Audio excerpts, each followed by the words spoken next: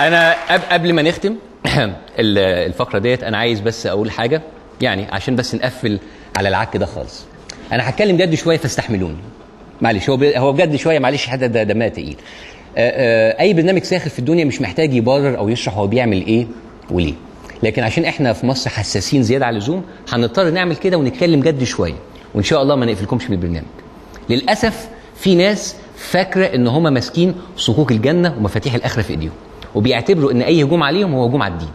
ما تستغربوش بقى لو انتوا شفتوا الناس اللي هي المفروض ان هم متدينين بيشتموا ويبلطجوا في الكلام.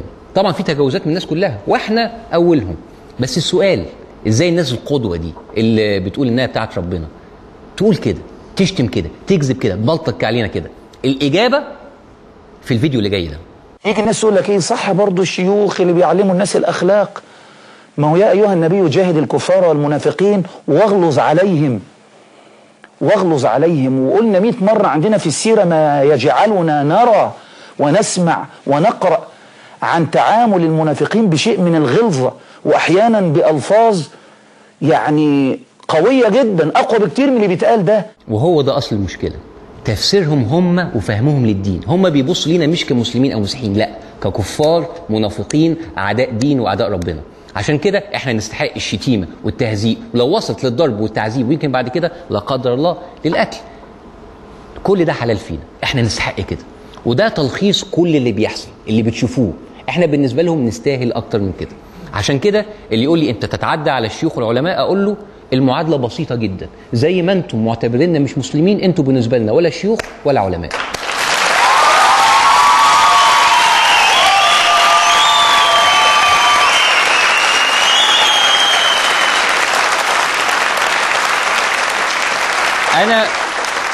انا مش على راسي بطح عشان كل شويه احتاج ان انا اقول ان في علماء وشيوخ وسلفيين كويسين، او ان ديننا دين كويس. طب ما انا عارف، كلنا عارفين. انا ما عنديش عقده النقص اللي تخليني اكد كل شويه ان الاسلام كويس، الاسلام كويس. انا مش محتاج امسك طوب ابيض واقول ده لونه ابيض، ده لونه ابيض. طب ما الناس كلها عارفه وشايفه انه لونه ابيض، بس للاسف بنعمل مجهود عشان تشيل منه الوساخه. طبعا بالنسبه لهم احنا الوساخه مش جديده. ليه معظم حلقاتنا على تيار معين؟ ودي اخر مره هتكلم فيها، لان هو اللي مع السلطه، هو اللي سيطر على كتابه الدستور وكان معاه اغلبيه البرلمان. كل ده وكمان مش عايزين نجيب سيرتكم. ليه ما بتجيبش التيار المعارض الثاني؟ بسيطه، مش انتوا بتقولوا ما لهمش وزن؟ هتلاقوا وزن التيار المعارض في البرنامج زي ما بتقولوا عليه في الشارع بالظبط.